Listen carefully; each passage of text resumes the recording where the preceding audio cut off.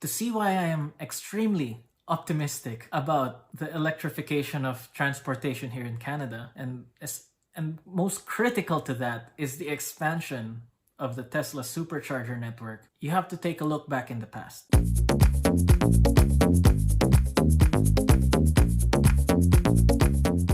Hey guys, it's me, Ariel, and today let's take a trip down into memory lane. We first got our Tesla Model S in December 9, 2016, so that's a little over 4 years ago. A lot has changed since then. Here's a snapshot of what the supercharger network looked like on New Year's Day 2017 in Western Canada. As you can see, there was no superchargers between Calgary and pretty much all the way to Toronto through the Trans-Canada Highway. Nothing in the Calgary area. There's nothing in Edmonton.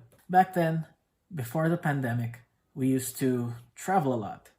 We used to drive because in our business, we have a team in Saskatchewan and we had to go there to train, visit them. Let's do some rewind on some videos that we have shot back then. Morning from Medicine Hat, Alberta. We arrived here at the hotel around 12:30. We were able to check in and plug in at around 12:30 a.m. And just wanted to check up on the current state of charge on the car. Okay, we arrived at the hotel with 40-some kilometers of rated range, and now we're 298. So overnight, while we were sleeping, that's around 7.5 hours, we added 254 kilometers of charge. I guess wifey's bored now. She wants to be in Regina. Elon, please put superchargers here in Medicine Hat and in Swift Current. Us prairie people, we really need them because we go back and forth Regina a lot. And if it's not too much of a hassle, have one that can make us drive from Calgary and Edmonton to Saskatoon as well. That would be awesome. She says we should have taken a gas car, should have taken the Prius. So yeah, she's bored. We have found a motorhome to draft behind. So we're now following a motorhome, and earlier we were driving 100 kph and I increased it to 105 kph. If this motorhome dude is driving all the way to Regina, I guess we can just follow him all the way to Regina without even stopping.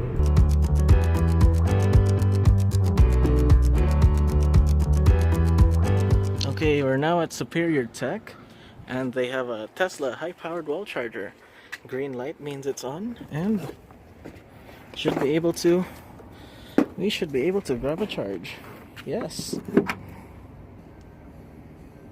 Yes, that feels so good. After lunch, walk back here, and we're going to head on our way. So how much charge do we have? 247 kilometers. Okay, that should be good enough for us to reach Regina with a little bit to spare. Same hypermiling techniques. We are now back on the road, and as our luck has it, we get to follow and draft behind the semi. Okay.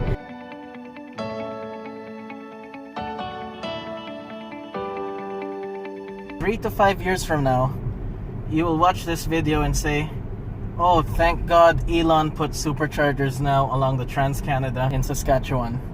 So imagine what we had to go through, the charging that you have to do for now in order to drive a Tesla from Calgary to Regina or anywhere along the Trans-Canada that's not between Alberta and BC. We're in Edmonton right now, and we have 140 kilometers of rated range. However, our supercharger stop in Red Deer is 144 kilometers to go. And based on projections, it says we will arrive there with minus 15% of range. Huh. There's the Keg restaurant over there. Let's go and check it out. We're here at the Keg, and wifey and I decided to order some nachos to pass the time. So right now You know, we have 144 kilometers to go. And earlier we only had 140 kilometers of rated range, and that won't cut it. So now we are at 156 kilometers of rated range. So we have around a 12 kilometer buffer. So once we're done eating our nachos or when we feel full enough, most likely that would be, we would be around 160-ish kilometers of range. So that would give us a good enough buffer to make it to the Red Deer Supercharger, and we'll be able to charge quickly in no time. We are at IKEA. We've charged to 180 kilometers of rated range, and it says we're going to arrive in Red Deer 1:24 a.m. with 2% charge. Alright, I guess we would be good. So let's head off to Red Deer. Some range anxiety set in, so now we have stopped at the PV Mart. Our range suddenly depleted. Actually, earlier it was -6 to the supercharger in Red Deer. So, so it says we have 122 kilometers to go, but our rated range is 144. But we're going to arrive at Red Deer with 0, and it says charging needed to reach destination. Oh well, thank God for PV Mart, where we can grab a few electrons before we continue on to the Red Deer Supercharger. Here's the Sun Country charger.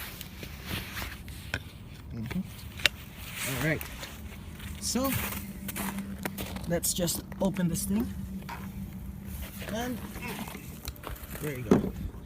Let's charge away. Alright, and it says charging! Right, after the top up in PV Mart in Leduc, we are still showing that we will arrive with 2% range and to stay below 90 kph to reach the destination. So we have 88 kilometers to go with a 111 kilometer rated range, but we have a projected actual range of 95. Let's see here, based on last 10 kilometers, 108 kilometers. Essentially, we need to have this number, the 30 kilometers, go down to 0 before this projected range goes down to 0, and before the rated range goes down to 0. We have 6 kilometers of range. Yes, we just made it. All right, just like a sanctuary.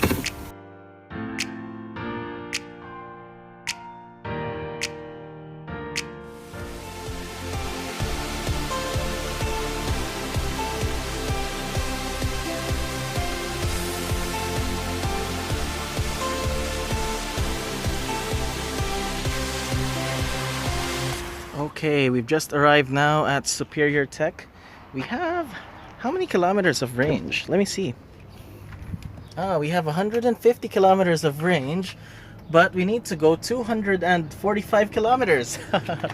Okay, so probably we would be good with around 220 kilometers of range. So I'm just going to visit Lloyd here at Superior Tech, get him to turn his charger on, and so we can juice up. All right. This is an odd situation. There is no power in the town of Swift Current. Maybe we'll just walk to the Tim Hortons, right? And see if we can get coffee. But if there's no power, could they make us coffee? This doesn't happen often, according to Lloyd and Elaine, so let's just wait for the power to come back up. Okay, we're in some farmer's field in the middle of nowhere, south of Swift Current, and we found a source of power, thanks to Lloyd. That's his Model S90D. He led the way. Yeah. Hey! Hey! So thanks to Lloyd for finding this place. Probably the only place in Speedy Creek with power. Well, yeah, you can see the big storms coming out in the distance there. Oh yeah, there's storms. Mm-hmm. Yeah, so okay. Well, at least the gas stations wouldn't work either, so. Yes, that's true. So anyway, we'll get some juice here and probably hang out at Superior Tech. Yeah, sounds good. So what can I conclude? The Superchargers couldn't come soon enough. Again, this will be a moot point once the superchargers come up. Doing 80 kph on a 110 speed limit, highway, hazard lights on, and it's showing -2%. Yeah. Anyway, we'll make it. I know. Detour. Here's the first sign of distress. Kinda. There's the dotted yellow lines. Oh, it's gone after the regen. There you go. So that means we're on the final little bit of our battery. That means the power is limited. Although now it says we'll arrive with just 0. So I think we're good. Yeah, so we'll just keep the speed down. Try to regen as much. No.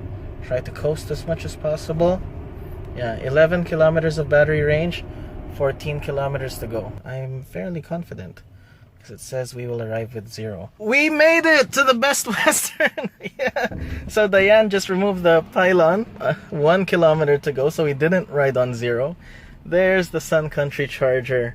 Yes, and the other one is actually iced, so... Okay. I'm happy, we made it. We made it, we made it.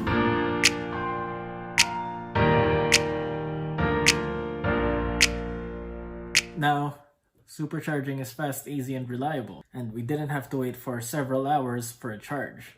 Less than half an hour, maybe 20 minutes, you're good to hop onto the next supercharger. So yes, I know that driving to Regina, Saskatchewan was a long shot. We had to do things like draft behind semis. What's the right pronunciation? Let me know in the comments. And early on, in late 2016, when we first got our car, it was a challenge even to drive to Edmonton. Back then, there was no supercharger right in Edmonton. So when you charged in Red Deer and you're gonna make the trip, like Calgary, Edmonton, Calgary in one day, then you had no choice but to attempt to make it back on the same charge that you left Red Deer, Alberta with. So Red Deer to Edmonton is 150 kilometers and it's another 150 kilometers back. So theoretically, in the summer, you're able to make it. But is it the same when it's cold? Definitely not. So this is what we had to go through in the cold weather. So you see, these trips that seem to be very mundane in a gas car were epic journeys in an electric car. Epic journeys! Way back when we started. But now, it's ho-hum. You just get in, you drive, you go, you don't think about it.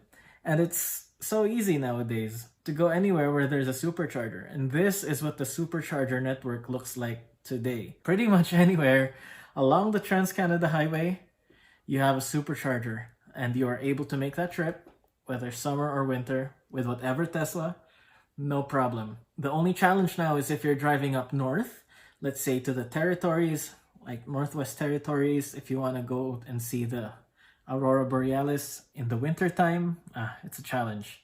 Right now, there's absolutely zero fast charging infrastructure to go up north. If this video gave a glimpse of what it was like just 4 years ago, imagine what the future holds. A lot can change in a short amount of time. For those of you long-time subscribers to my channel and long-time viewers, which of these road trips did you like the most? I'd love to hear from you. Let me know in the comments section below. I hope you enjoyed today's video. If you liked it, please hit that like button. Subscribe if you haven't already. Thank you for watching, and I'll see you in the next video. Bye!